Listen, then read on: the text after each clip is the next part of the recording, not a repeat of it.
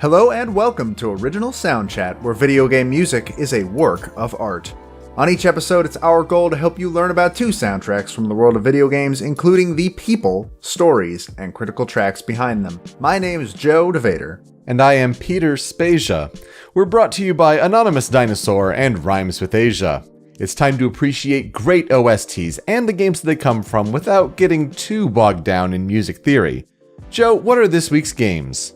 Up first is one of video games' most inspiring success stories, and one that's eaten up weeks of my time, specifically 2016's Stardew Valley. Following that is 2013's Animal Crossing New Leaf, where life is simulated in a town of anthropomorphic animals, rolling along in a new dimension on Nintendo 3DS. That's right, it's Life Simulation Week, and two great games that do that with Stardew Valley, with Animal Crossing New Leaf. Joe, how you doing? I'm tired, so this is a very good selection for being tired. It's nice, it's chill, it's relaxed, and the music actually fits that very well, so hopefully you feel relaxed listening to this week's episode. I like this theme of let's just do two games where you're just supposed to chill and probably fall asleep, or alternatively, in my game's case, start playing and then suddenly it's 6 o'clock in the morning, and then never stop playing, and then continue. So let's talk about Stardew Valley. Now, if you have not played Stardew Valley, it is a farming simulator / slice of life game / adventure game. It started on PC and has since come out on everything. It's on PS4, Xbox One, and Switch. It was gonna be on Wii U, but they decided to trash that port in favor of working on the Switch, which was, probably a good idea overall. It's on Vita. I believe it's on mobile as well. Wow. Which is really weird to think about. But it's on everything. But it did start on PC. Basically, you play as a farmer whose grandfather has passed away, and in his will, he has left you a farm in the titular Stardew Valley. And you go there, meet all the people of the nearby town, Pelican Town, and just run a farm. That's the game. You can make friends with all the people in the town. You can marry one of the male or female suitors of the town, regardless of what gender you are, by the way. I feel it's very important to point that out, that this game does allow same-sex couples, which is really cool. And still, to this day, a lot of games don't do that. It's getting better, but I think it's good to point that out where it happens, because it happens so rarely in our medium currently. It is a good example, and more absolutely should, yeah. And there's also, you can go fishing, you can go down dungeon crawling with a sword and kill slimes. And it's one of those games that, like I said at the start of the show, you can just start playing, and then suddenly hours of your day are gone. It's going to be a little weird talking about this one, because the game was made by Eric Barone. That includes the programming, obviously, the art, the writing, and all of the music. Eric Barone did everything. He made this entire game by himself. Here's the story of how that happened. He was born in Los Angeles, but very quickly moved to Washington State, where he grew up in a town called Auburn, which is just outside of Seattle. And he enjoyed working with computers as a kid. He messed with programming. He said that he'd made a couple of adventure games in the past. I do want to point out, before I forget, I should have pointed this out earlier, if you are looking for a much better job of telling this story than I am going to do, and much more detailed, Jason Schreier's book, Blood, Sweat, and Pixels, actually has an entire chapter on Stardew Valley, and it's the best chapter in that book, and it's super, super good. Absolutely, it's a great book, And then I also wanted to point out, I feel like, people may not have heard of the name Eric Barone, but he goes by a different name online, right? Yes, he goes by Concerned Ape online. That's right. Okay, so if people know of the name Concerned Ape, this is that story. So like I said, he had made some adventure games in his spare time. He told a story about how he was in a band and they were getting ready to put out an album, or trying to at least, and he decided, I want to make an adventure game to go along with this album. From the way he was talking, that album never came out, but that game does exist somewhere on the internet. One of the interviews that I found had a link to it that he had sent to a Mediafire page that Barone had apparently sent the interviewer, which I thought was really funny. So it was done. It came out, the game. But he didn't really see video games as a career path. Even then, he said that he did for a little bit in high school, and then he read about the work conditions in video games. And this was back in 2008, 2007.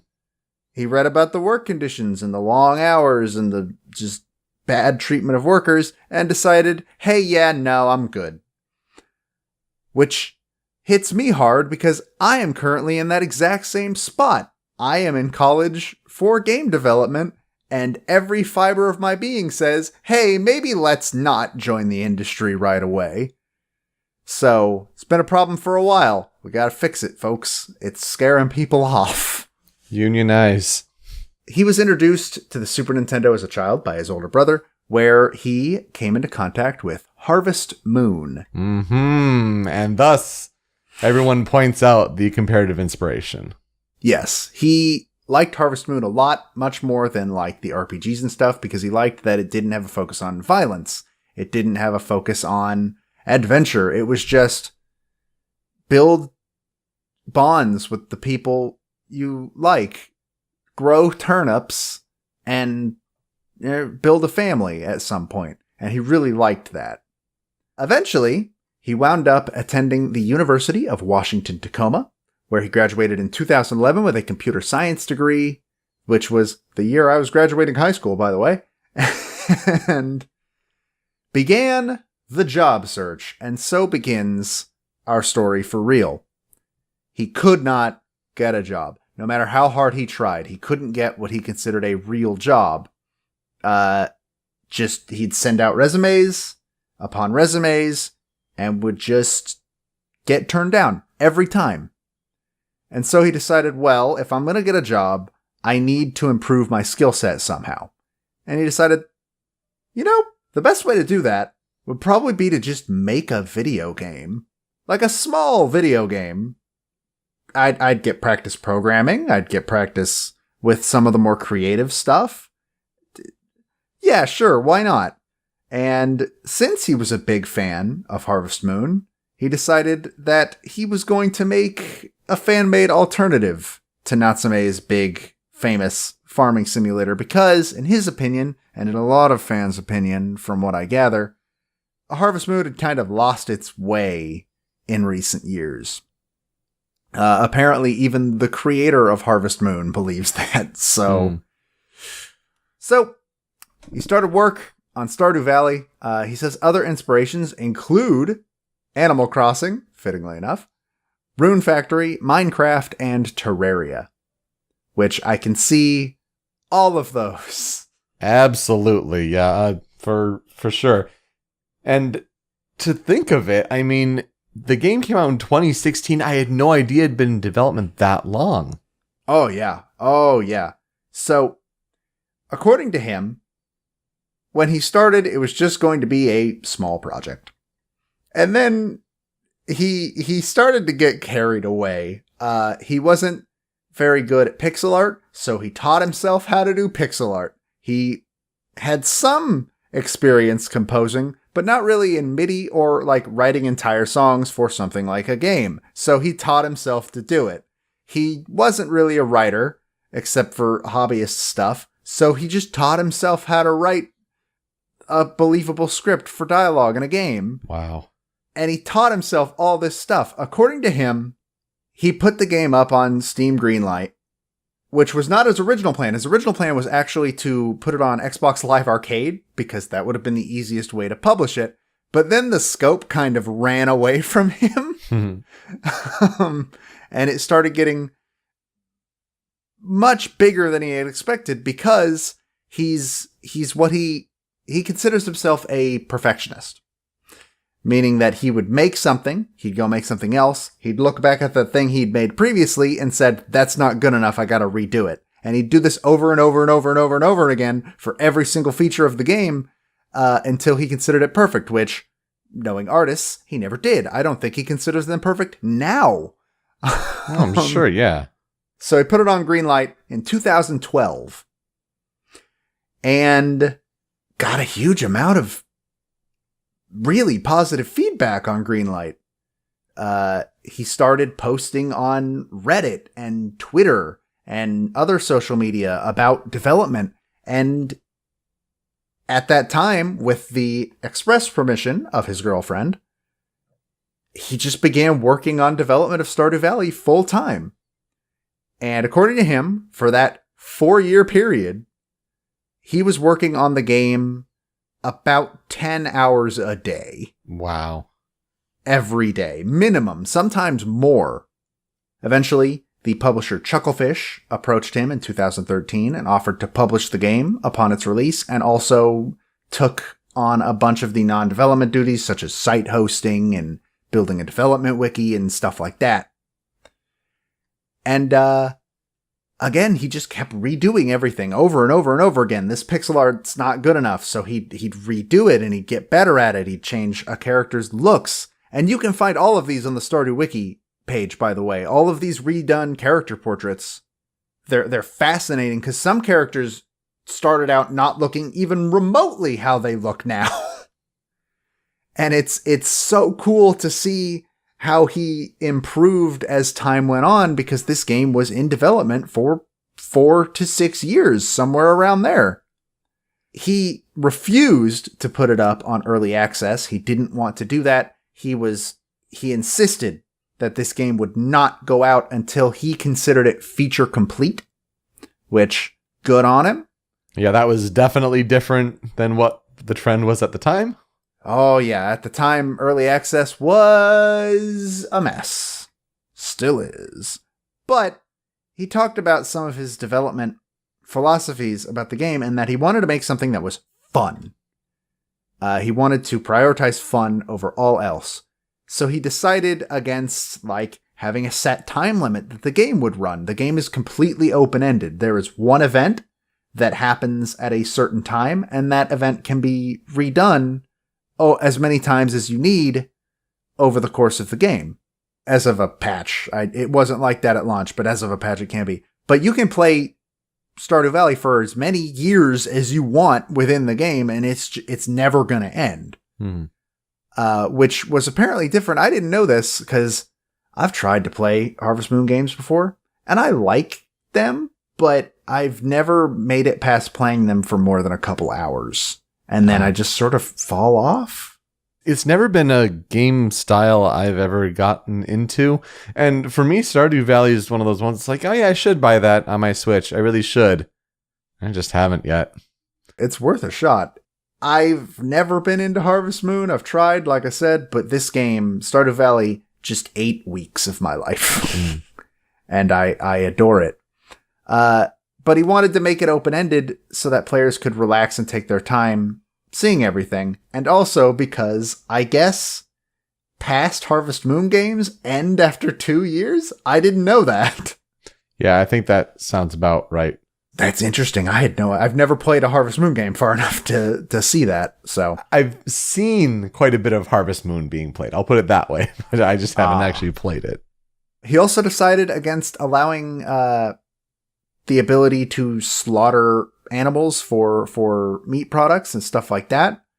So animals cannot die in Stardew Valley. If you stop feeding them, they won't die, but they also won't produce any product, meaning they are now wasted space. You're not making money off of them. So feed your animals, idiot. And so for 4 years, he just worked on Stardew Valley. And at last, his hard work paid off. Came out on February 26th, 2016 on Steam. Other ports would come out much later, console ports and stuff like that. And it was incredibly well received. Many gaming publications, while I was searching for information on the game, I found a ton of articles that were like, here's what you need to know about Stardew Valley, one of 2016's best games. Or it'd be on the list of like some of 2016's best games. And that put it among, just to name a few, Dark Souls 3, Uncharted 4, Final Fantasy 15, and Overwatch. Which is hell of a bunch of company to be in. Like, you're just one guy made a game that can stand alongside Dark Souls and Uncharted and Final Fantasy. The gaming community at large also came out in full support of the game in ways that I was not aware of before researching this, being that there were people who talked about how they had pirated the game and then liked it so much, they went and bought a real copy. Good for them, yeah. Or a bunch of people on the subreddit talking about how they would offer to buy the game for people that couldn't afford it. Like, they wanted this game to sell well, and God, it did.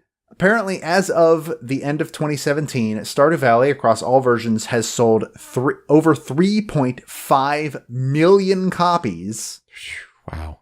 And despite being released in October of 2017, it was the most downloaded game on the Nintendo eShop in 2017.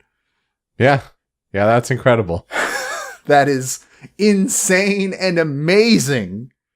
Yasuhiro Wada, who is the creator of Harvest Moon, has played the game and likes the game, and it makes him extremely happy because to him that's a sign that the spirit of Harvest Moon lives on in other games now. Man, that's got to be just the best feeling for Eric Barone. Oh yeah, apparently this is in the Jason Schreier book. He met Yasuhiro Wada at one point. They had lunch and they talked about each other's games, and man, hearing that story, I just kind of started tearing up when I heard it. Yeah, man, that's awesome. Cause that's so wholesome and so cool. Needless to say, Eric Barone is now a millionaire. But if you think that means he's just sort of stopped working and gotten lazier, no. According to him, since the game came out, he now works upwards of 15 hours a day on Stardew Valley. Oh my goodness. Because he's constantly adding more and improving features. And they added multiplayer last year. Mm-hmm. It's incredible. And he also seems like he's just a really humble dude, which I hope he stays that way. It seems like he is. But there's a story in Jason Schreier's book where apparently when Schreier first met him, he came to pick him up in this old, like, rusted out car where, like, the passenger door couldn't open. and Schreier asked him, like, when are you gonna get this fixed? Aren't you a millionaire? And Eric Barone's response was just, I haven't really thought about it. My goodness. Because the dude has millions of dollars, but he's not really thinking about that. He's just thinking, what else can I add to the game? It's incredible. The story of Stardew Valley and its development and its success is a huge inspiration, especially to somebody like me who wants to make games. And to think that all of that came out of, I'm going to make a small game so that I can get a job better. Oh no, the game's too big. Well, I guess this is my job for a while. And then on a soundtrack front, to just think of how he sounds like another person who just didn't have composition experience and just learned how to do it. And yeah, and you're saying like with, you know, these demo tracks and these beta versions, just to fix it and fix it and fix it and keep improving. I mean, just one of the aspects there, that's wild. I wish I had the work ethic of Eric Barone. That being said, this story has brought up a couple of debates where it's like, so this is just crunch. Is crunch okay if you're putting yourself through crunch? Or should we be dissuading that too? And that's a hard question to answer. Yeah, it's definitely, I feel, different when it's your passion, it's your motivation that's driving what you want to create, as opposed to a capitalist, boss and employee sort of system where that kind of gets a little gray. Yeah, I think it's a lot different of a situation because he wasn't working to line the pockets of some CEO that gets to go home at 6 p.m. He was working on his own thing by himself. The only one it affected it affected him and his girlfriend. But again, he had his girlfriend's full support for the entire process. I believe they are still together. She might be his wife. I don't remember. Honestly, that might be the most impressive thing of it all, because if you're working on a game that much, you're not making money. That's amazing. She was the one holding down the fort for pretty much the entire development cycle, according to what I remember from the Stardew Valley chapter of Jason Schreier's book. Again, if you really want a good telling of that story, much better than I can give you from just looking at articles online, that book, that chapter, absolutely fantastic. And if you just like to hear about how games are made in general, that book in general is a really good read. Absolutely. So, let's talk about some historical development. Just kidding, you want more? I just told you how the whole game was made. I mean, yeah, we'll just stress again. Like, when you listen to these songs, think that someone went from nothing and then kept refining and learning and refining. I mean, I think that's what stands through the most. It's also worth noting that I don't think he built it on an engine. He just coded the game in C#. Like, he didn't use, it wasn't Unity, it wasn't Game Maker, it wasn't anything like that. He just coded a game. Probably could have made it a whole lot easier if he used an engine. Maybe, but I'm not sure he would have been as happy with things if he had. As somebody who has used Unity extensively and hates it with all my heart, and yet loves it with all my heart, and yet hates it with all my heart, I wish I had the skills to not have to use Unity. Let's get into some critical tracks, shall we? Yeah. And the first one is Pelican Town.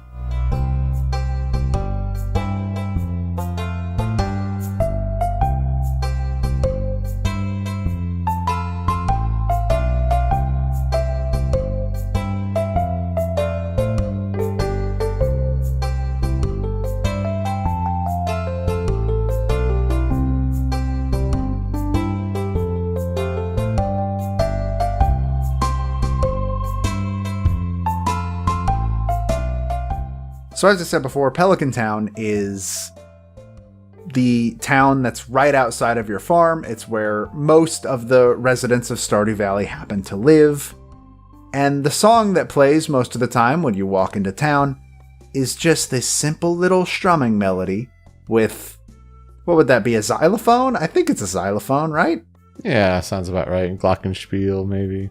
Yeah, it's something like that, but it's just this really country feeling song, and it honestly it has this feeling of, well, I'm going into town, I'm going to run a few errands, hit up the grocery store, go talk to that girl I'm sweet on, maybe visit the library, and then head on home.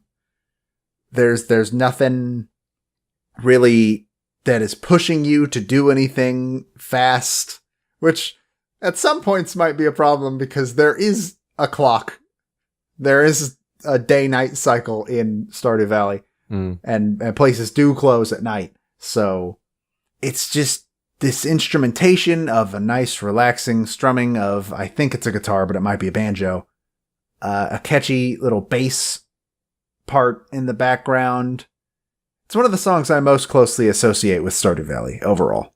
Yeah, and it suits that mood perfectly. If you spend a lot of time in the town, it's going to be one that sticks with you. As for the next song, my favorite song in the entire game, by far, Wild Horseradish Jam.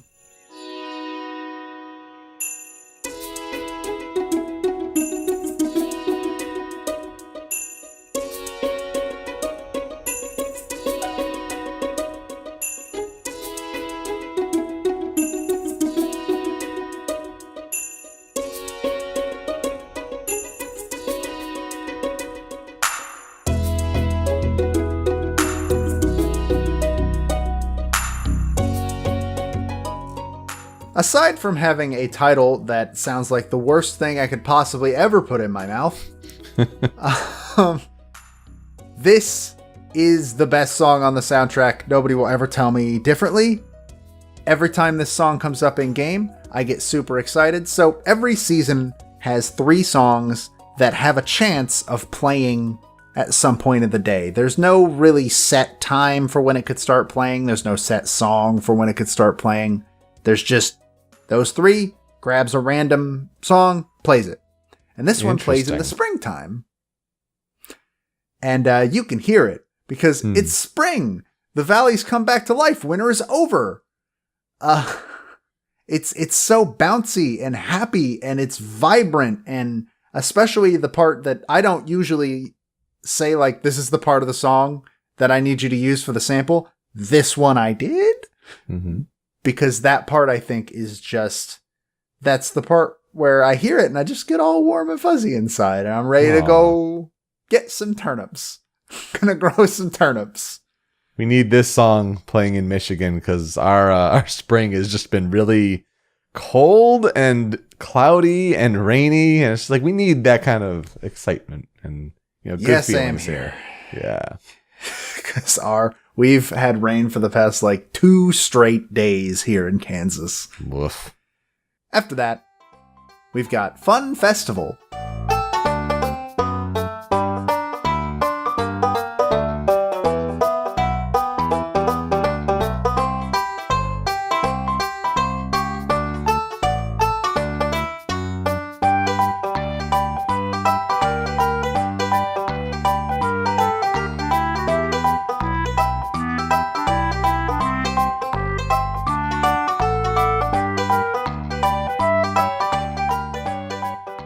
What a good name.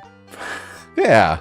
But I believe this plays during the Egg Hunt Festival when you go spend time there. It plays during one of the holidays, much like Animal Crossing, though a little bit different because Animal Crossing is real time and Stardew Valley is its own time. And there are holidays that happen on specific calendar times, and they're usually festivals where you can go get some special items, and there's stuff like the flower dance, where if you have friendship with one of the bachelors or bachelorettes, you can dance with them.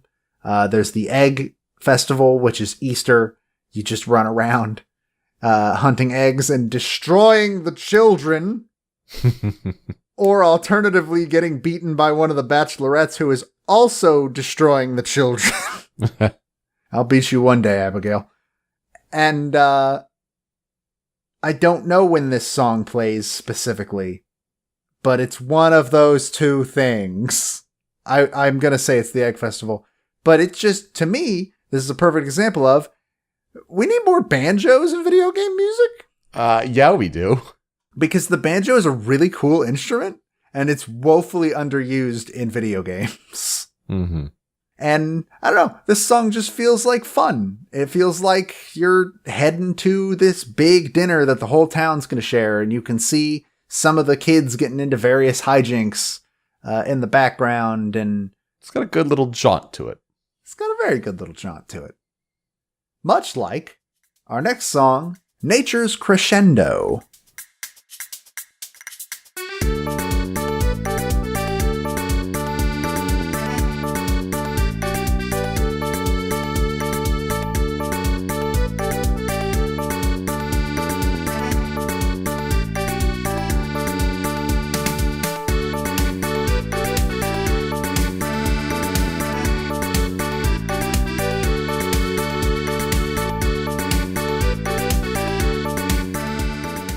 And what this song is saying is, it's summer, baby! Woo! Hot sun, beach time, blueberries. That's not a joke. Blueberries grow in summer, and they're the most profitable crop, in my opinion.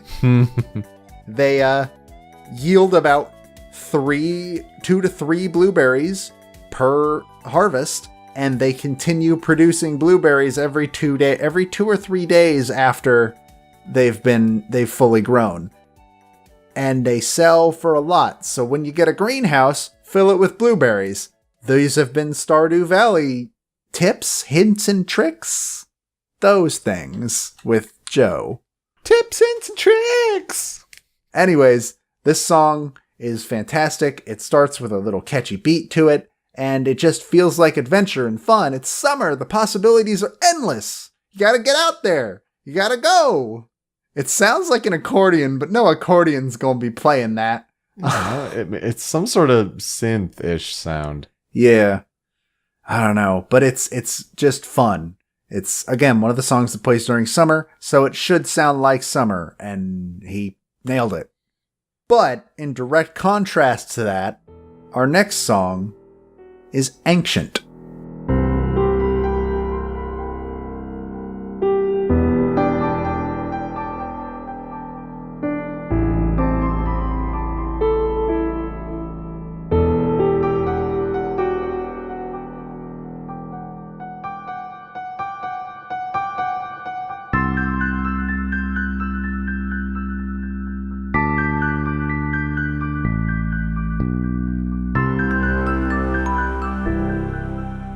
For the most part, all of the seasons are kind of the same. Fall is a little bit more laid back, but spring and summer are the happy, yeah, let's do it, it's time to go do all our stuff. Got a farm, raise some animals, yada yada yada.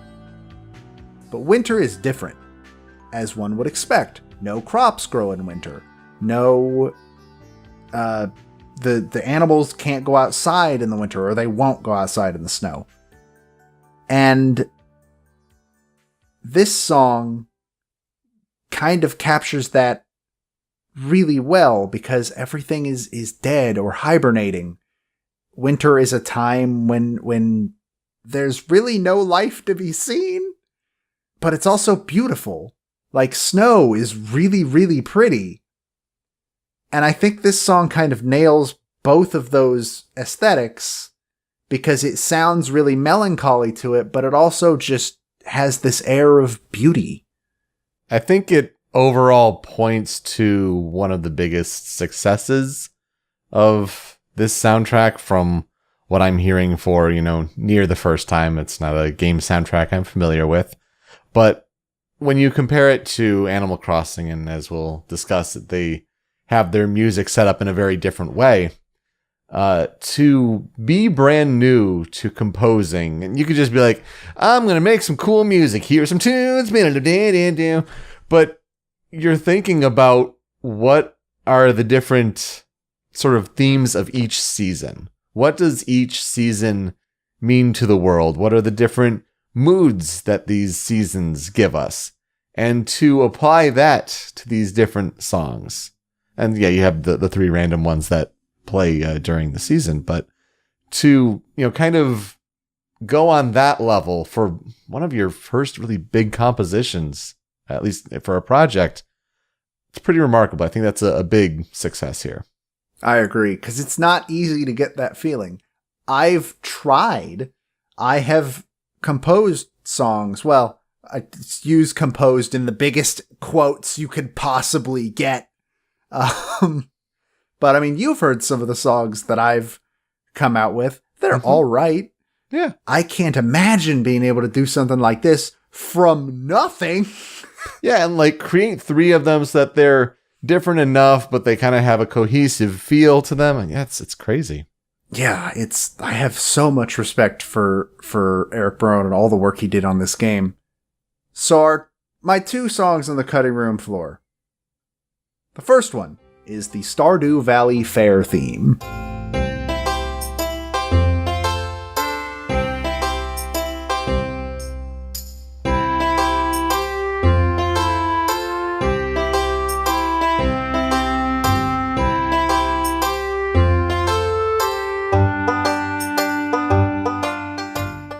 I hear Lon Lon Ranch in this song.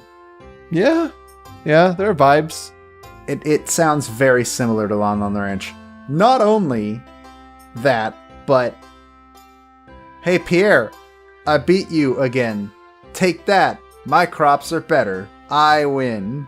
Sacre bleu. Go back to your grocery store, nerd. Go back to your grocery store and your cute wife. And then there is a game within the game called Journey of the Prairie King. It's an arcade game that you can play when in the Stardrop Saloon. And the song Final Boss and Ending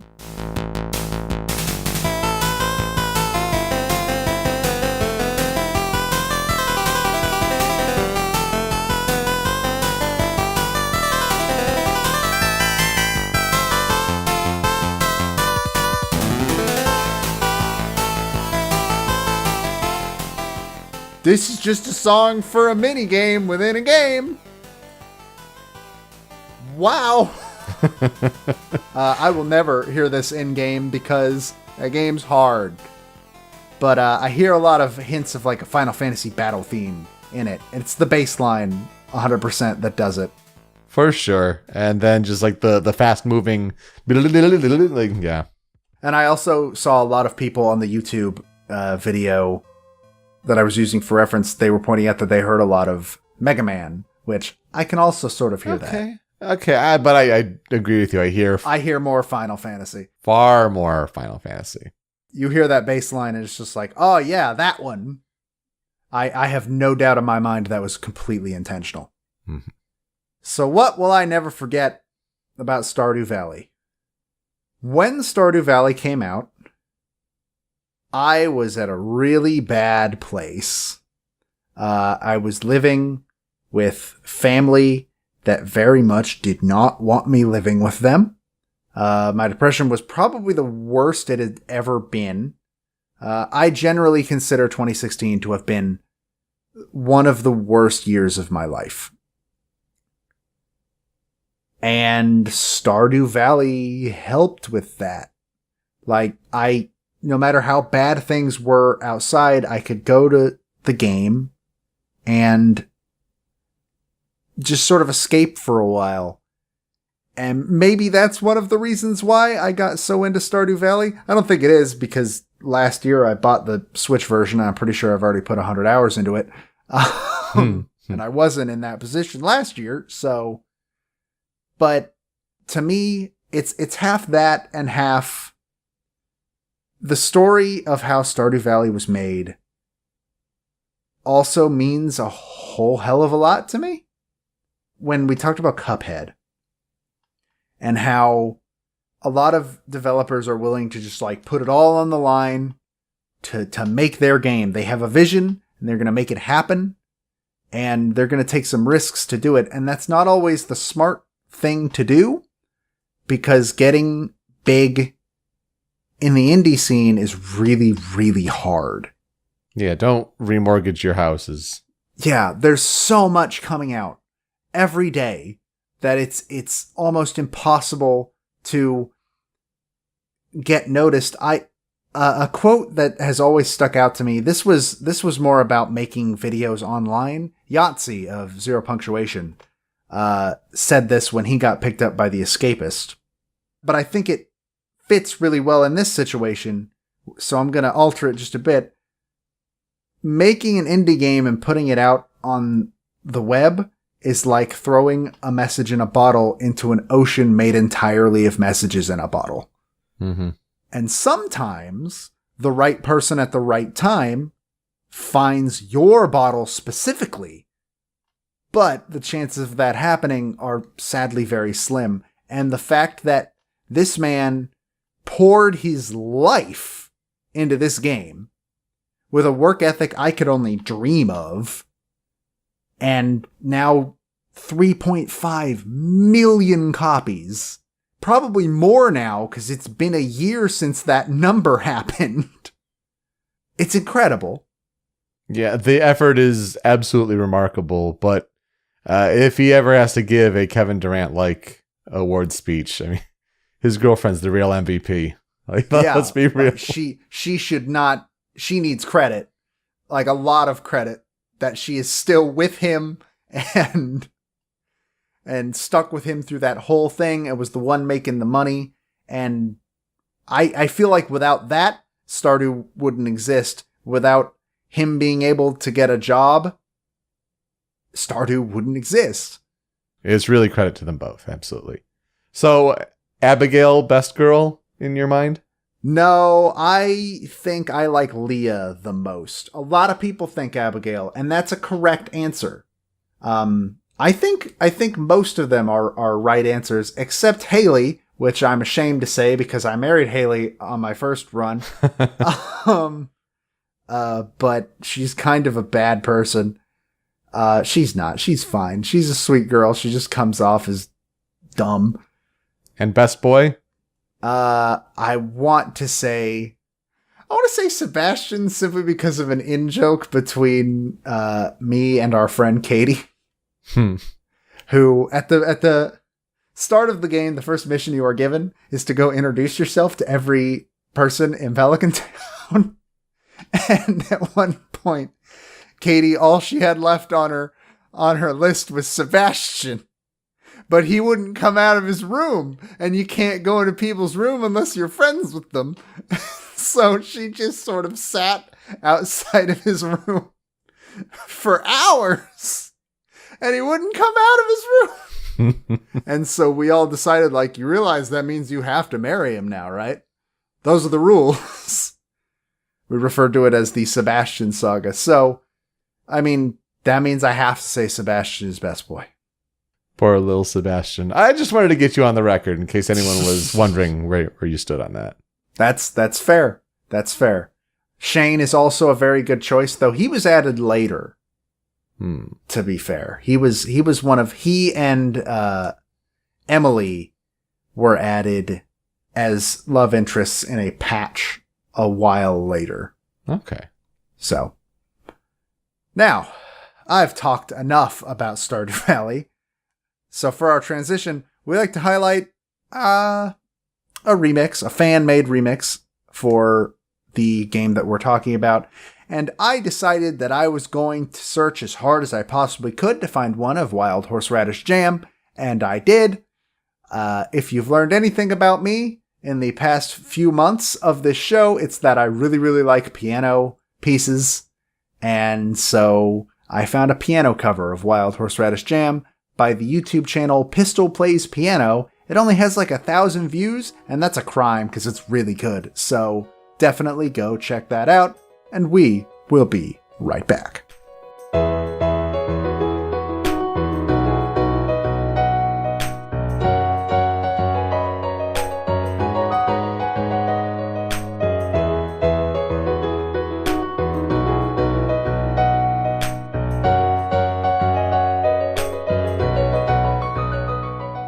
It's time to talk about Animal Crossing. And instead of, doing the whole thing in Animalese, where you're just like, blah, blah, blah, blah, blah, blah, blah. There's an April Fool's joke for us. Yeah. Let's not do that ever. Let's just put that in a drawer and close it and lock it and throw it off a cliff. We're going to save that one for later. But we're going to talk about Animal Crossing New Leaf, which is the fourth main title of the Animal Crossing series. Of course, this follows the original game on GameCube in 2002.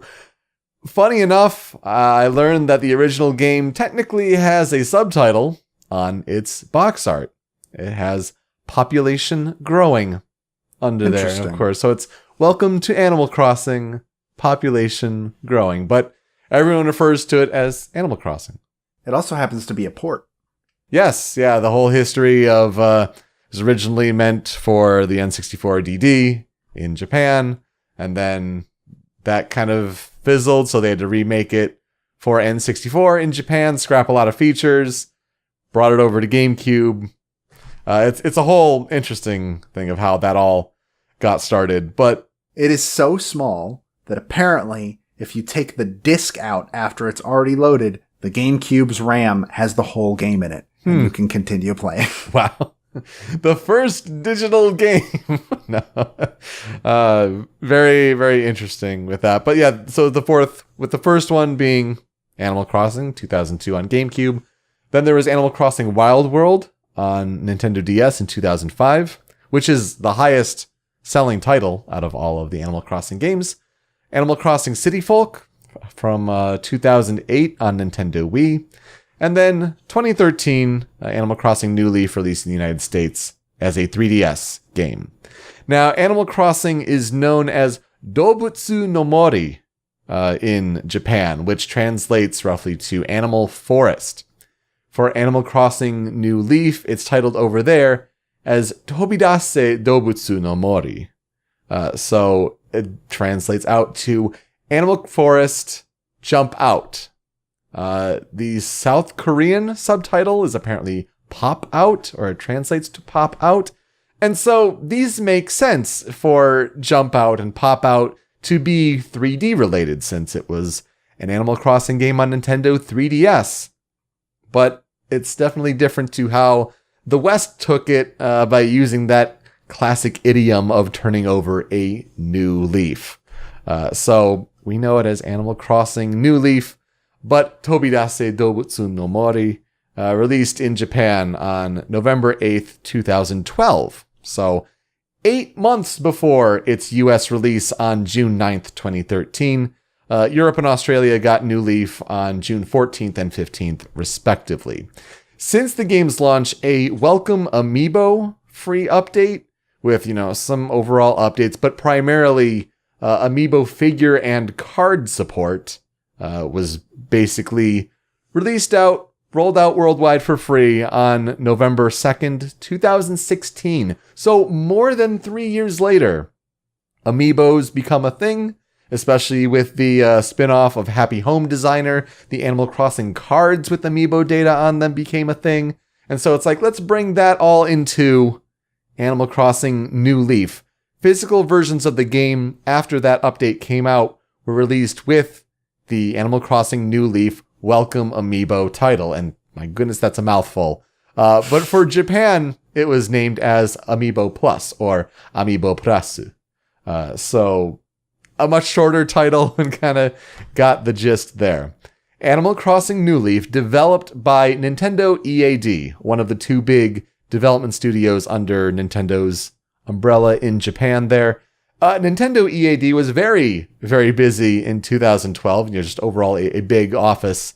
They were responsible for Nintendo Land, New Super Mario Bros. U, of course, with the release of the Wii U in 2012, and also New Super Mario Bros. U in 2012. So just think of all those games being pushed out by EAD at the time. And of course, published by Nintendo as a whole. So, like Stardew Valley, in a sense, Animal Crossing New Leaf is a life simulation game. However, it's rather different. You are not a human. You are not meeting and talking to other humans in a town and on a farm. You are a human character that takes on the role of mayor in a new town populated by anthropomorphic animals. And you are assisted with a secretary who is an eager puppy named Isabel. And Isabel is just the hook of this game. She has the longest lasting legacy from this game, just this adorable character who now you can play as in Super Smash Bros. Ultimate. So hey. I love her. She is my friend. Yeah, she's every mayor's friend. And as you live and work among these animals, you realize that the game has a very unique look if you've never played an Animal Crossing game before, because the world is laid out on a cylinder that you move along. And so it's like the world kind of rolls out with you as you walk along it.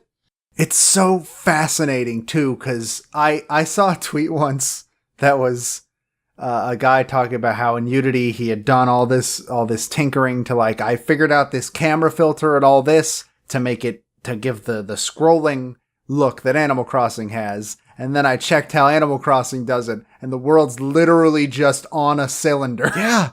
Oh, it's just incredible. I just think how they roll all of that out, and you're moving around in a third-person camera perspective, and just you're interacting with the world. There is no plot. You play your own way. You're not compelled to act at all. And with different developer interviews, this is one of the big, catches of the game. You could be a busy mayor, a good mayor to grow the town and make changes to it, make additions. Or you could be lazy. You could be a bad mayor. You could just do nothing. But you ultimately kind of do have to earn bells which are the world's currency, to pay off your house loan and all sorts of things. You can do all that, or you can just do nothing. Like there's no time limit. There's no game over situation. There's nothing like that because Animal Crossing's world takes place in a real-time world. I mean, it matches up with the clock on your system, on your 3DS. The season is what season it is currently. The time is what the time is currently. And that affects everything in the world. So when we talk about Stardew Valley and how the songs and music are based on events and primarily seasons, the music in Animal Crossing New Leaf is not really based on seasons. Yeah, there may be some seasonal things here and there, holidays and whatnot, but every hour of the day has a different track. And so the music changes every hour. And so, yeah, if you're playing at the same time every day, you're going to hear the same songs kind of over and over again. But then you also have different location themes and building themes and whatnot. But as far as the overworld, I mean, it's just a very different soundtrack structure compared to Stardew Valley for the main comparison there. And it generally works really well. Mm-hmm. I don't think they're the most catchy songs on the soundtrack because the game includes a character whose entire job is to do catchy songs. That's true, yeah. They work well for the game's really relaxing atmosphere overall. Mm-hmm. And I've always kind of admired that specifically. Yeah, it's not meant to hype you up or just get you antsy or frenetic. It's all supposed to be relaxing and calm. As far as the development history of the game goes, I guess the original goal of the game was to extend customization out from just the interior of your house, and that's all you could control, to the whole town. And so originally in the game design documents, the idea of the player being the mayor wasn't decided, wasn't changed until about a year into development. This was only added because if you want to have the player kind of in control of customizing the town more than they ever had before, the player needs a bigger role in the town, and thus the player was promoted in a sense to mayor. And then you'd have to come up with an assistant with Isabelle. The old mayor from the games previously, Tortimer, they said he retired to a southern tropical island which hosts new events and activities and has more fruits and different animals, bugs, and things like that. But also just the size increased compared to, past games. The towns were bigger, the beaches were bigger especially, and players could swim and dive for the first time in the series. It was also important that players could customize themselves further as well. When you compare the villager models, at least for the main playable character compared to past games, players are taller in New Leaf compared to previous games, and this allowed the clothing to be shown off more. You could show off your style. The top and bottom clothing designs were separated, and we talked about in Stardew Valley how you have a little more LGBT inclusivity a little bit. You have the ability to cross-dress if you wanted to in this game. Girls could wear pants that were meant for boy characters. Boys could wear skirts. If you get your hair cut a certain amount of times, you could get a different hairstyle of the opposite gender. So, again, more inclusivity. I mean, especially for Nintendo, a Japanese company. This is a big thing for them, and kudos. I didn't even think about that being like another connecting thread these two games have. Mm-hmm. Yeah. It all ties together. But because the player is the mayor of the town, you do need that proper assistant, Isabelle, as we mentioned. And getting Isabelle right was super important. The development team decided that the personality had to be very affectionate, loyal, and helpful. And a dog fits that personality in real life. So they made Isabelle a dog character. They also said she's a bit clumsy, but still very cute. And yeah, they're right. That's Isabelle to a T. A lot of new things still, even further in New Leaf. I mean, I don't think they're turning over a new leaf sort of thing. There are 99 new villager designs for a total of 335. So you start out with 6 characters, 6 neighbors, villagers in your town. So there you can run the whole percentages of like what's the likelihood of you starting a new game and getting those same exact 6 characters out of 335. Like it's very, very minimal. But you do have a maximum of 10 that can live in the town at a time as you grow the town and add new things there. There are 35 total villager species in the villager pool. This doesn't include special characters, like the alpacas who do the recycle. Alpacas, those aren't a villager species, but the kind of new species for these special characters kind of make them stand out and have them be more memorable. But overall, 35 different species types. Hamsters and deer are new inclusions in New Leaf. And because of the player size adjustment, by making them taller, that means that the animal size can vary a little bit more and scale a bit more true to life. With Gracie, the giraffe character, who's a special character. Gracie's very tall. Go figure. Giraffes are very tall. But as far as villagers go, you can distinguish between bears, who are, one of the bigger species, and then cubs. They're little. They're smaller. So that kind of helps the distinction of sizes there a little bit more.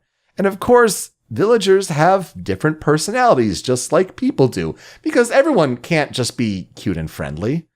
There were 2 new personality types added to New Leaf, Smug for male villagers and Uchi for female villagers, which is, I guess, this blunt and tomboyish big sister type, which overall this makes for 8 total personalities, 4 for each respective gender.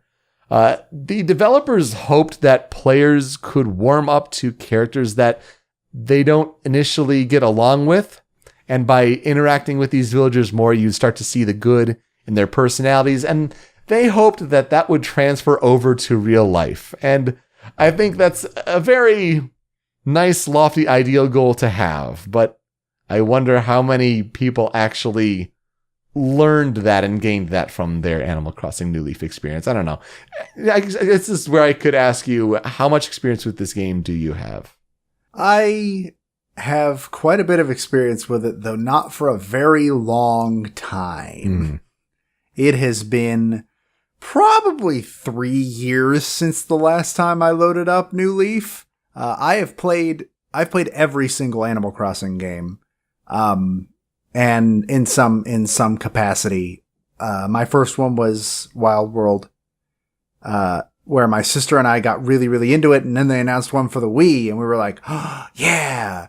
Unfortunately, City Folk's not great. It came with the Wii Speak, though. It sure did. We had a Wii Speak. We never used it. Nope. But New Leaf, I had a great time with. I was very, very excited when it came out, and I'm super excited for Animal Crossing Switch, which is supposedly coming out this year. Fingers crossed, maybe.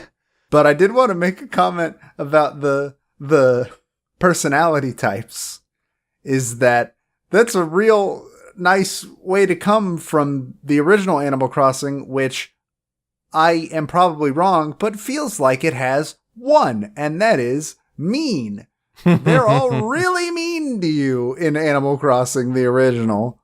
That's probably possible. I mean, especially when you think of Mr. Rossetti, and there were different stories of Mr. Rossetti made young girls cry in the original Animal Crossing. It's okay, well, it's interesting we brought up Wii Speak and all that, though, because that was Nintendo trying a little more with online things there on the Wii version. That only expanded with the 3DS version, because online play is a really important aspect when you're trying to share your Animal Crossing experience with others.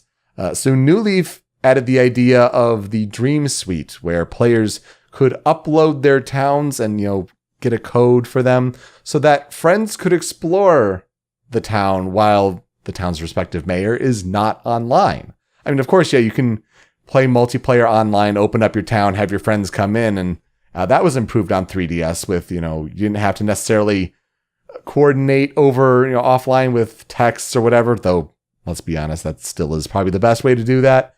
But you got notifications on when friends, especially best friends, when their towns were open. So you were able to kind of navigate that better in the world overall. I think one of the more fascinating things about Animal Crossing, though, is when you're considering a worldwide audience, how inclusive does that have to be? Because each respective region considers that region's not only the holidays and the actual days you celebrate on, but like the traditions as well. So for example, on New Year's Eve, players could eat New Year noodles in the Japanese version, or drink sparkling cider in the English North American version, or even eat a 12 grape plate at midnight in the Spanish language North American or European version. So really, clever attention to detail had to be made for all those different releases. Like, that's fascinating. I had no idea about that, actually. Yeah. I mean, that makes sense. That makes a lot of sense. You gotta tailor it to the player's experience, and that certainly was well worth it. So Animal Crossing New Leaf was first shown at E3 2010 as a 3D showcase on the show floor for the Nintendo 3DS reveal.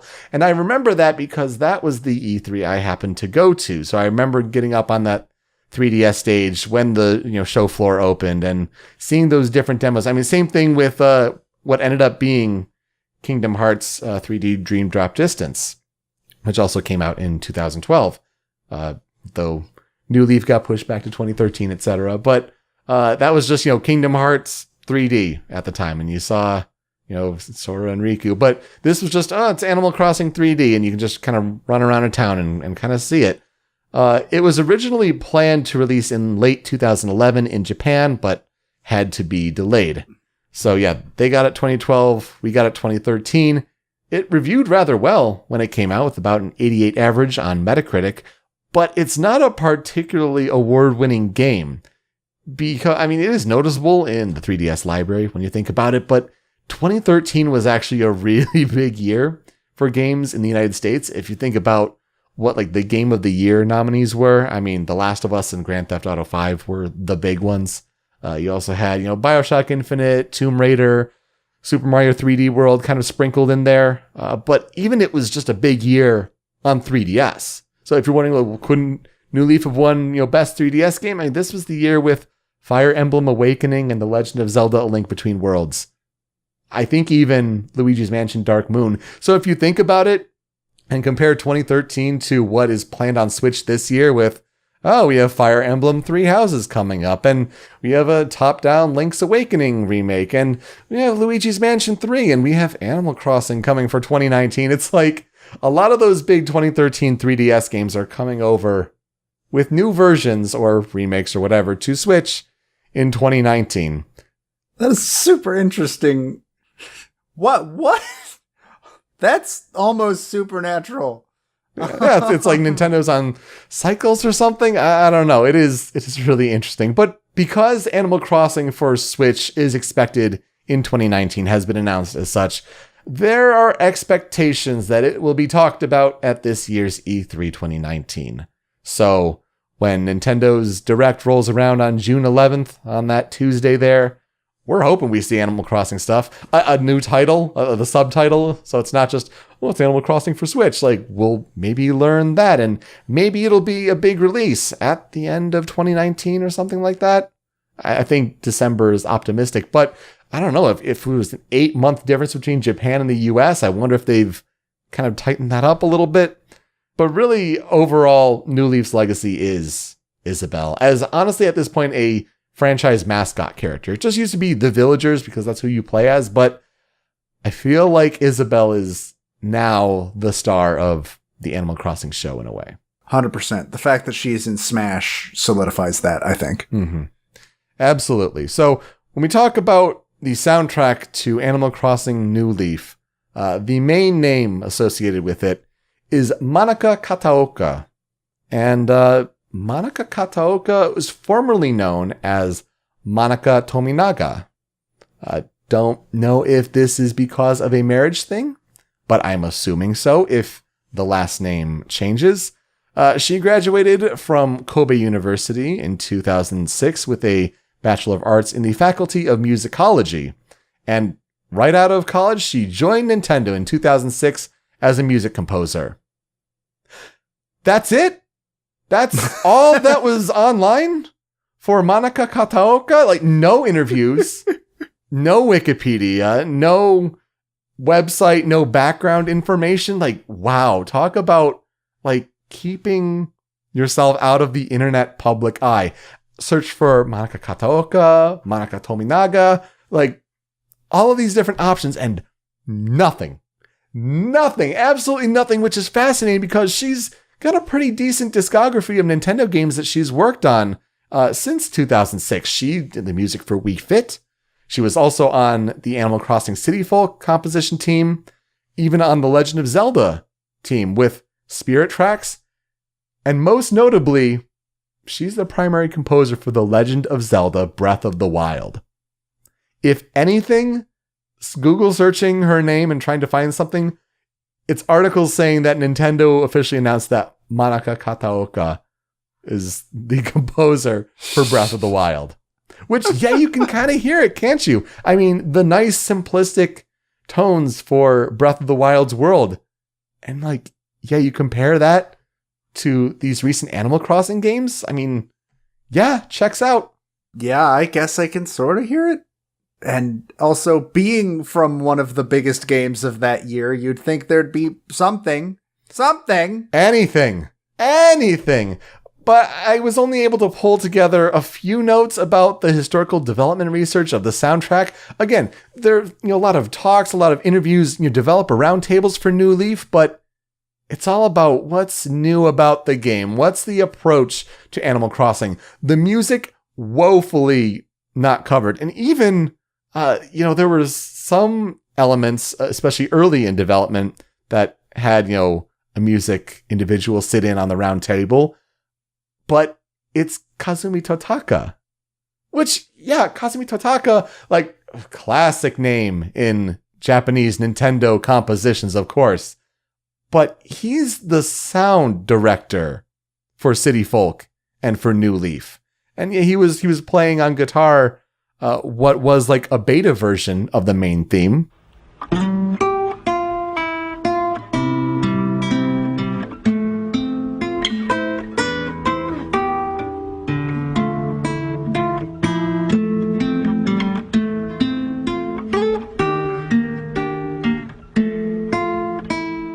The main theme, which was composed by Manaka Kataoka. So, like, it all really should go back to Miss Kataoka.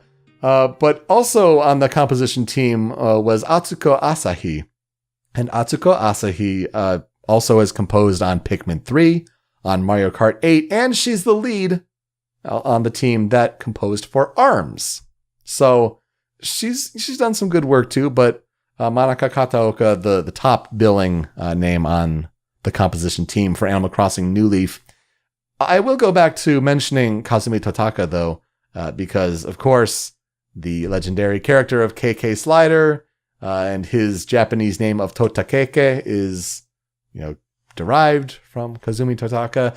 He was frequently the composer for the earlier Animal Crossing games. So, I mean, on the original, on Wild World, like that's really his work. But again, yeah, he's the sound director for these two newer ones. And as I'm sure we'll really dive into in detail when we cover a game that Kazumi Totaka composed for. But I believe there will be a time in October where, if we haven't covered him by then, I will absolutely be covering him. Mm-hmm. But of course, he is famous for Totaka's song. And not only does that song appear in New Leaf as a KK song request, but I found it interesting because the thing with Totaka's song, it's the famous 16-note melody.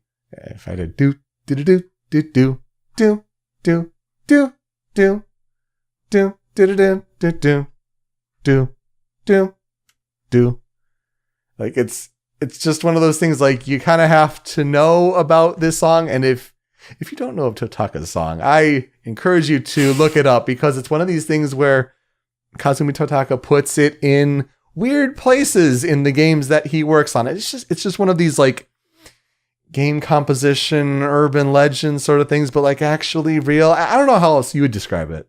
Urban legend is the closest I can think of, but again, yeah, that doesn't fit because it actually exists. Yeah, it's actually a real thing. It's an Easter egg. Yeah, it's an Easter egg. There we go. That's probably the best way to describe it, certainly.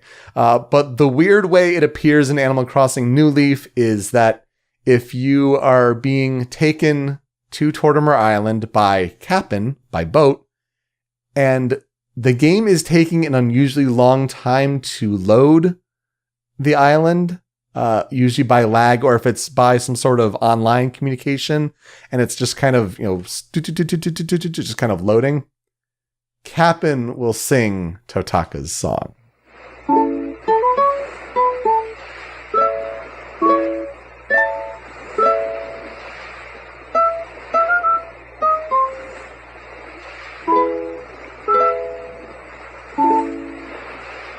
That's such a specific spot to put it that would require so many like things to be happening, like specific things. And like, yeah, that condition of like, it needs to be taking a really long time because of lag. Like, really? How?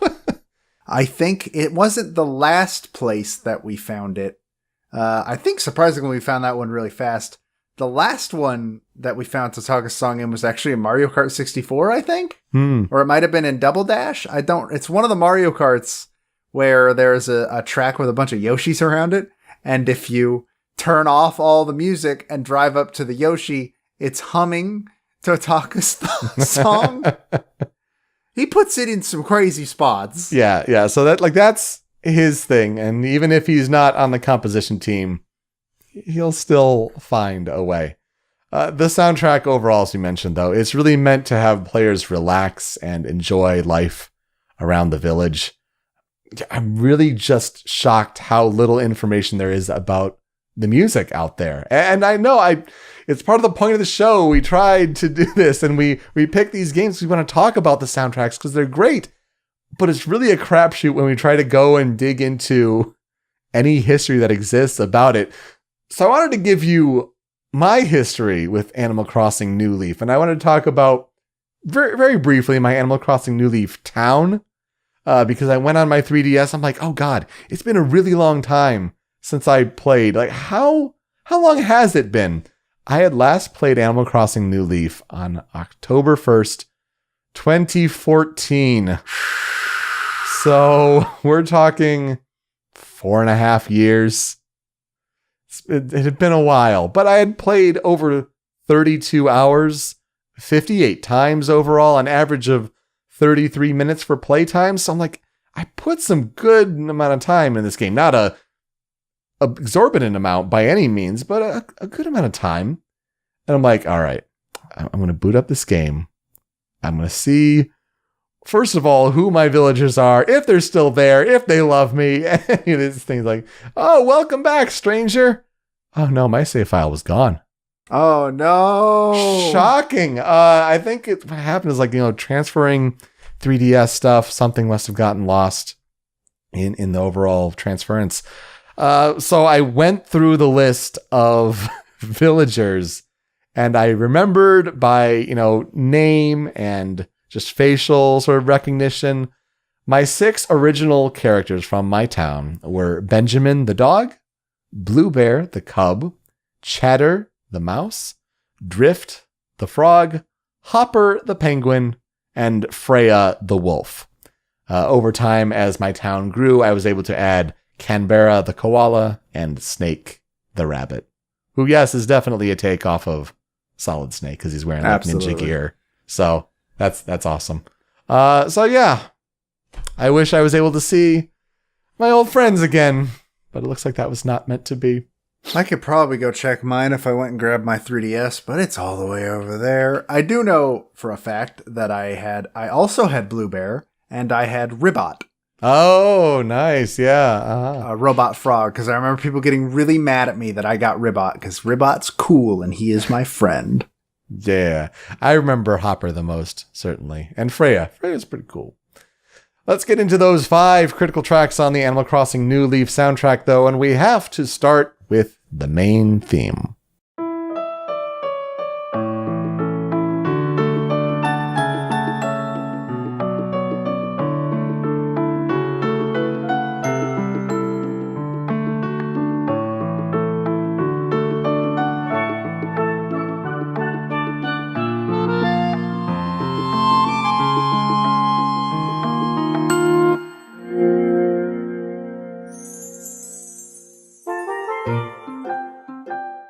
So yeah, it plays on the main screen of the game. It's just a really wholesome song. So yeah, this sounds like a track that they had decided on really early, and just these piano and xylophone accents, it's real nice. Even some of the bongo percussion, and you get these like steel drums kind of halfway, and that's got to represent the enhanced tropical presence, whether it's the increased size of the beaches or traveling to the tropical island where Tortimer is. It's just a great song. Has to be here. It's the one song you really established with this game. At first, I wasn't a big fan of this song because I like the City Folk and Wild World main theme a little bit better. I think it fits the overall tone of Animal Crossing a little better, but I warmed up to this song very quickly, and I do very much enjoy this theme. Yeah, it's a great one. Absolutely. Also, we have to include Town Hall.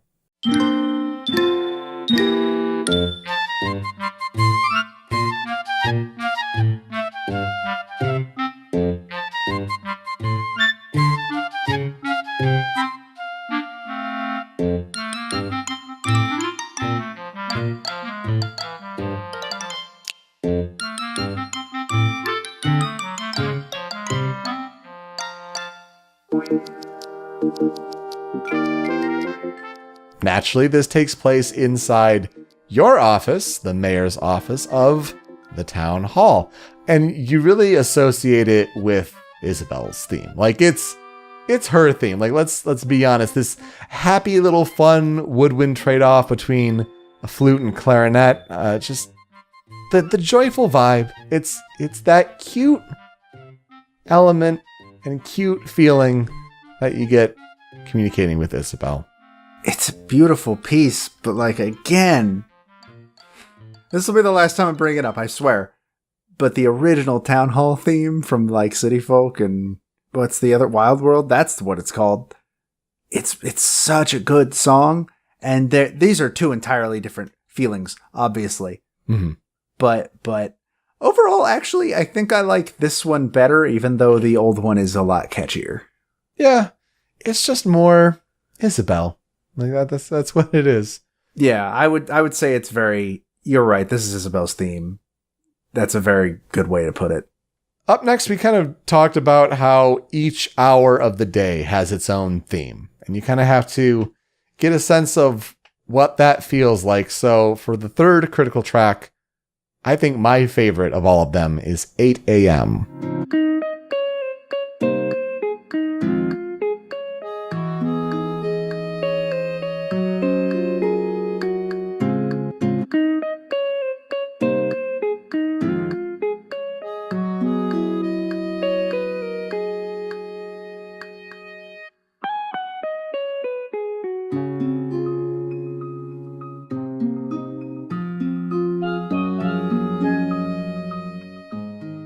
It's just a really cool idea that you kind of really mix up the feel based on what real time of the day it is.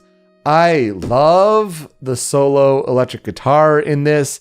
It's just such a cool vibe to it. Yeah, it gets fleshed out with some acoustic guitar, what sounds like an accordion, some piano, a little bit of those steel drums in there. But I remember this mostly as, before I was like going to work, I would just try to play a little bit of Animal Crossing New Leaf, and that would be like my 8 a.m. time. So I have probably the most memories playing at this time period, and so the overall sound of the instrumentation and the memories it gives me, I had to put 8 a.m. on here. I've never heard this song because I don't get up at 8 a.m. and I didn't when that game came out for sure. So it's a cool song. I like it a lot. I've never heard it in game and I likely never will. Oh, that's really... See, that's part of it. I mean, everyone has a different experience. Everyone plays by a different body clock. That's really, really fascinating. Number 4 on the critical track list, let's go with the Main Street theme. This is Downtown by Day 1.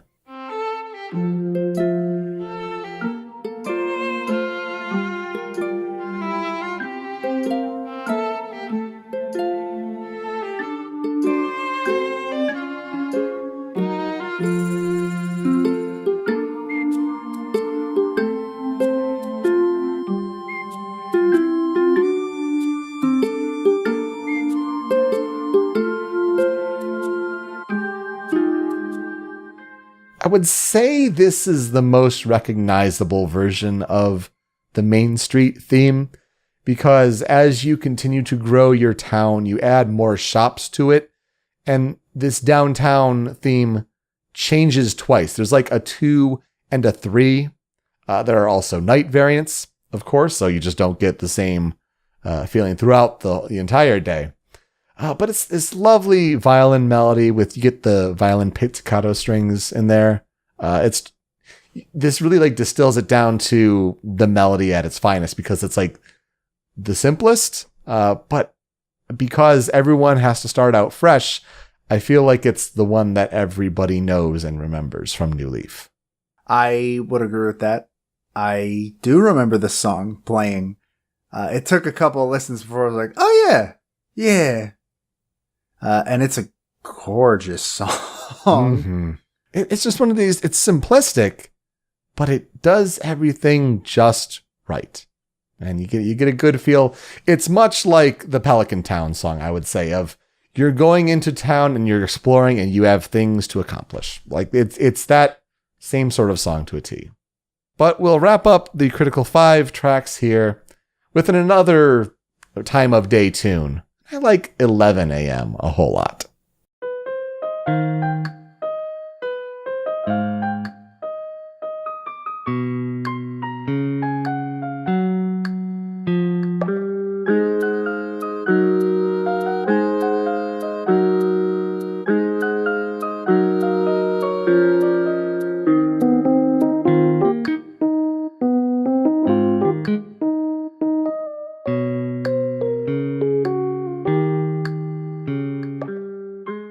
It's such a cool, jazzy little riff. Again, it's simplistic. It's piano and this electric piano with, the electric bass kind of carrying it, but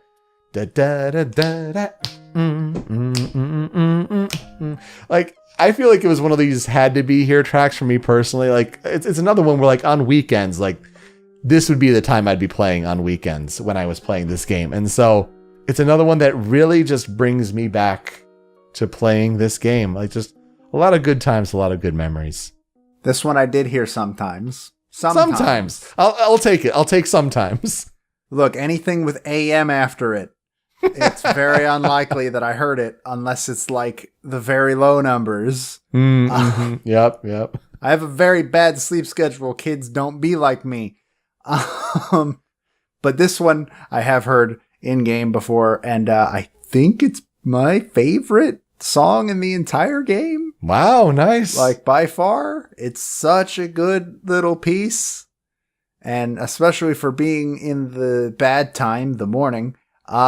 We call it the bad time. I don't know. This song's really great. I agree. It's the jazzy riff that does it. Yeah, I'm glad I picked correctly then. We got a good one in there in the Critical 5. But on the cutting room floor, here's where I'll put Tortimer Island Lobby.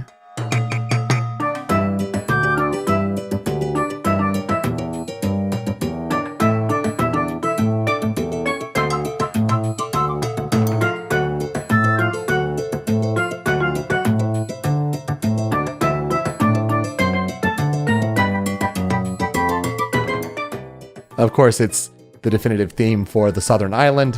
You gotta visit the island when you unlock it to expand your arsenal and your abilities to get fruits and bugs and all sorts of things. Come now, let's cover the real reason we go to Tortimer Island. Those beetles sell for a ton of money. They do. They really do.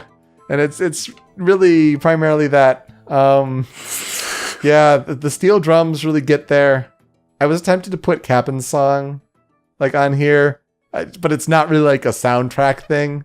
But just, thinking about the tropical island and all the little the wow, wah, wee, wah, wah, wah, the little songs that he sings on the way down. This song changes at night, right?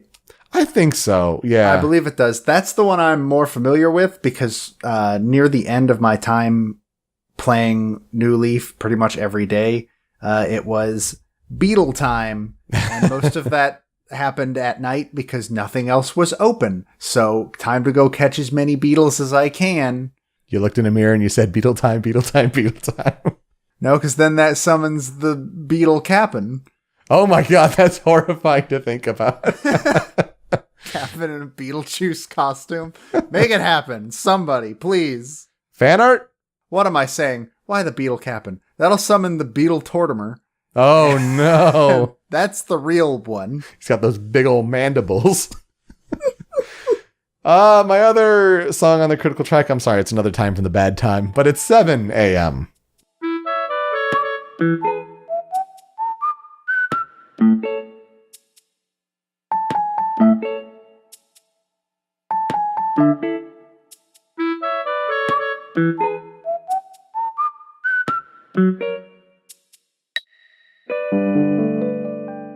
Yeah, this one I never would have heard, and no.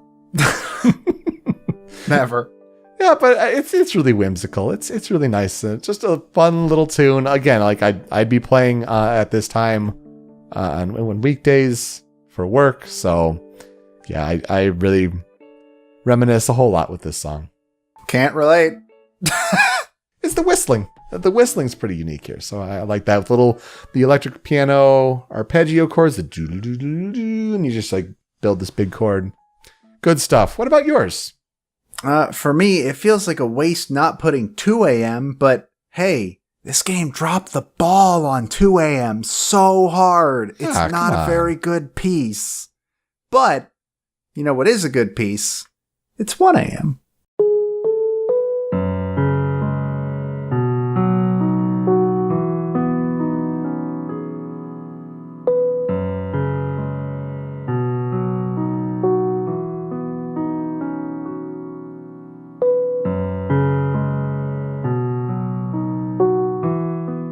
Because it's just this beautiful song that, to me, screams, "Hey, idiot, go to bed. Why are you still up?" It is gorgeous. It's really remarkable.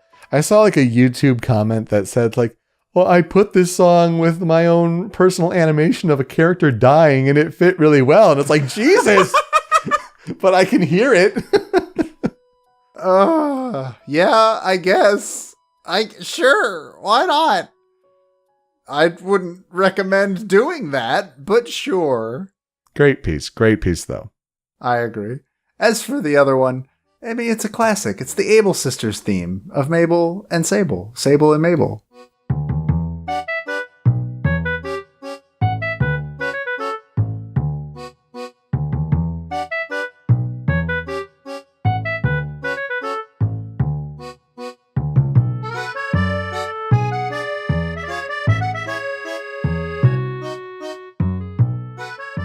I love these two. They've been around since I think Wild World is where they first showed up. Yeah, I think so. Maybe it might be. No, they're not in the original.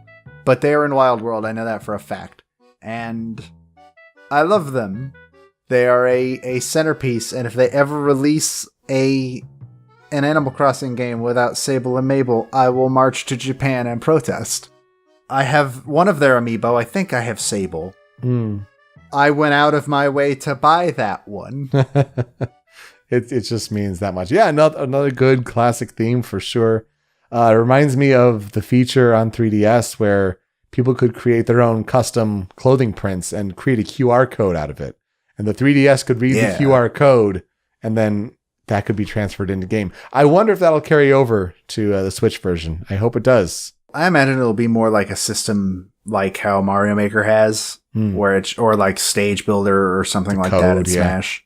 The other thing that really makes Sable and Mabel really extremely memorable to me is, I don't remember if it's like this in 3DS, I assume it is, but in City Folk, when you went to talk to, I believe it was Mabel, one of them doesn't talk. The one that's at the sewing machine, she just doesn't talk unless you go talk to her every day, and then she'll start opening up, and she'll start, like, she's your friend now. Her sister will talk about how, like, she's always talking about how she hopes you come in today, and she gets really excited. She doesn't let it show, but she gets really excited about the idea that you might walk into the store, and she's always happy to see you.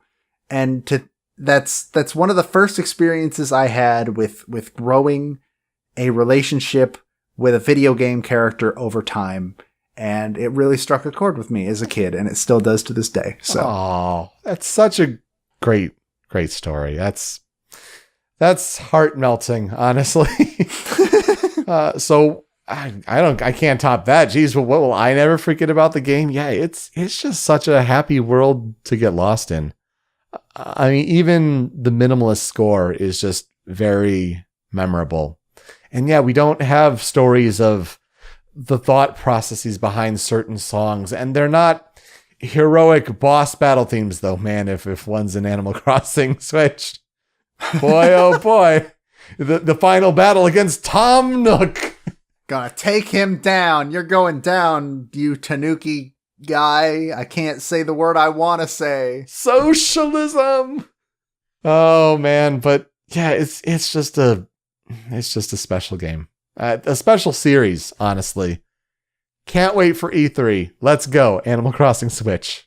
Yeah, I'm super excited. I get to go to E3 this year, and well, our friend Matt, who hosts Smasher Pieces with me, who will also be going to E3, is not super excited about the idea that one of the few demos Nintendo will have out is Animal Crossing, and I kind of agree with him, because that game is not a demo game. Right. But I'm also really excited to see it and then maybe even get to try it. Yeah, I mean, it's an actual, like, full Animal Crossing experience in HD. And yeah, you had, like, the little Plaza app on Wii U. That was in HD, and it looked nice, but it's not a full game. That's going to be something special. Can't wait. Well, what a good episode to talk about life simulation games, and for Stardew Valley and for Animal Crossing New Leaf. I mean, just, I think, a great theme. You know, a great soothing set of songs this week. Just really happy with that overall. So that'll do it for this episode of Original Soundchat. You can find me on Twitter at PeteSpeakEasy. Joe is over at The Dobaga. The video version of Original Soundchat is on the Rhymes with Asia YouTube channel, or also at rhymeswithasia.com. But it's that MP3 podcast version you really want, and that's over on Anonymous Dinosaur at anondino.squarespace.com. Of course, get that MP3 version on all your podcast feeds. I mean, Apple Podcasts, Google Play, wherever you get it, podcast apps all around the world. Take it with you in your car, at work, in your ears. Just a really good time overall. Still building that Patreon over at patreon.com/anondino. We might open up the possibility of, if you chip in $1 for every month, you could get this show early. We're still tinkering with that out, and kind of see. This should be the week where I start actually working on that, because I'm done with my semester as of the time that this airs. Hooray! So yeah, hopefully we can roll that out, and when this is available in advance of our Tuesday releases, you might be able to, get in on that. Joe, you also made something really interesting. We're not on Spotify for podcasts because of certain use stuff. I mean, you got to have everything be things you own and things like that. But you did probably the next best thing on Spotify. I went through Spotify. I went through all of our episodes, and I grabbed all of the critical tracks, cutting room floor tracks, and transition tracks that were on the service. That is not all of them, obviously. Most Nintendo stuff is not. Except, surprisingly, Mario 64 showed up, like, the day after we started, recorded that episode.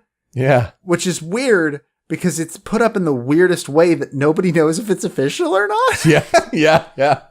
But they're on the soundtrack, or they're on the playlist. So you can find that probably by searching original Soundchat. My name will be the one under the creator. If you follow that, I'm going to keep adding to it. Hopefully, if I remember to keep on top of it, if people want to tweet at me to remind me to do so. But yeah, you can find every song that we have talked about in this show that is on Spotify on that playlist, and just shuffle it and have all those there. It'll get added to as time goes on. It's going to be pretty cool. That's a really great idea. Thank you so much for doing that. We'll put that in our show notes, so we'll check out the link there. As far as if you want to reach out to the show itself, our social media for that is at Soundchat OST. So you can leave feedback for how we're doing, suggestions for what you'd want to see in the future, whether it's games or other elements to the show. Let's talk about next week, though. Joe, who are you talking about next week? I'm going to try and talk about Lotus Juice. I wonder what game that could possibly be. I will cover Go Ichinose. So, things to consider. Let's play you out, though, here with an Animal Crossing New Leaf remix cover. Whether it's on OC Remix, whether it's on YouTube. This one is from OC Remix. It's from AJ DeSpirito. And he did a cover of the Main Street music. He called it Morning Jazz. And he it's this big kind of lounge jazz ensemble with that Main Street melody motif. It's really chill. I like it a whole lot, and I hope you do too. Thank you so much for listening this week on Original Sound Chat. Take care.